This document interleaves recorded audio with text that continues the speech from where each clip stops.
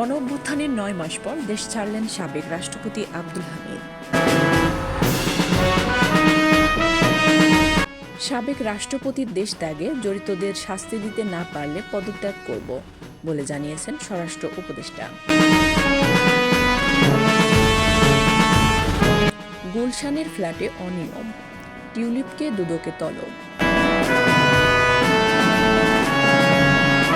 সমৃদ্ধ বাংলাদেশ বিনির্মাণে সমসাময়িক চ্যালেঞ্জ দক্ষতার সঙ্গে মোকাবেলা করতে হবে বলে জানিয়েছেন সেনাপ্রধান জেনারেল ওয়াকার উজ্জামান।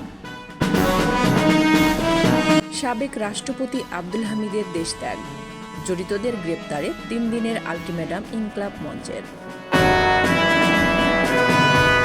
নিয়মের মধ্যে না এনে বহুতল ভবনের রেস্টুরেন্টগুলোর বিরুদ্ধে ব্যবস্থা বলে জানিয়েছেন রাজউক চেয়ারম্যান।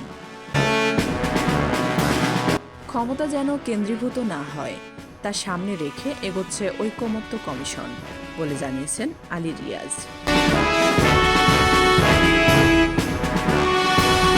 গোপালগঞ্জে গাছের সাথে পিকআপের ধাক্কায় ৩ জন নিহত।